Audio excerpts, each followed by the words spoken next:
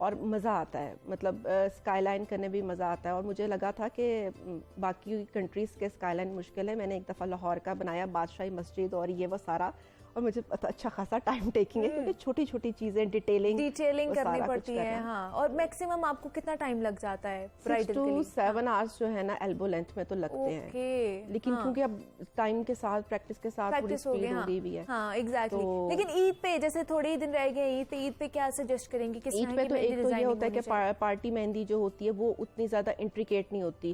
مطلب اس میں کیا ہوتا ہے کہ آپ کا 1 یا 2 جو پیٹرن ہوتے ہیں نا, کیونکہ آج کل جو اب آپ کرتے ہیں اس میں 4-5 پیٹرنز جو ہوتے ہیں نا ڈفرنٹ, وہ ایڈ ان. آپ نے اگر دیکھا ہوگا تو چیکس چلتے ہیں, چیک بہت ڈفرنٹ سٹائل کے ہیں, کراس میں ہے, دوسری طرح کے چیکس ہیں, فلڈ چیک ہے, اس طرح سے. پارٹی مہندی میں آپ کے 1 یا 2 پیٹرنز ہوتے ہیں جس کو لے کر ہم نے کرنا ہوتا ہے, کیونکہ عید پہ اتنا ٹائم نہیں ہوتا. لیکن اسٹل آپ کو نیٹنس رکھنی ہوتی ہے, تو مجھے تو یہ ہوتا ہے کہ 25 منٹس یا 20 منٹس ایک ڈیزائن کے اوپر, اچھا ایک ڈیزائن ایک ہاتھ چاہیے ہوتے ہیں, ایک سائڈ کے اوپر وہ آپ کو ایسا ٹھک ٹھک ٹھک والا نہیں حساب نہیں ہوتا, ایٹ لیسٹ مجھ سے نہیں ہوتا. مجھے اگر مجھ سے کام اچھا نہیں ہوگا تو میری سیٹسفیکشن نہیں ہے پھر. اور obviously جب میرے پاس کلائنٹس اتنی دور سے آتی ہیں اور وہ آ کے مجھے یہ کہیں کہ بھائی مجھے کیا فائدہ ہوا اتنی دور سے آنے کا, تو obviously آپ کے کام میں تو کوئی مطلب نہیں ہونی چاہیے, کمپرومائز نہیں ہونا چاہیے. تھوڑے کلائنٹس لے لیں لیکن ایسا کام ہو کہ آپ بتا سکیں یا وہ خود جا کے بتائیں کہ کہاں سے لگوائی آپ نے مہندی. اور یہ مہندی ایک بڑا چھوٹا سا تھا, مطلب ایسے جیسے بچیاں مہندی لگا رہی ہیں, ہر گھر میں لگا رہی ہیں, لیکن اب یہ ماشاءاللہ اب یہ ایک پوری انڈسٹری بن گئی بھی ہے.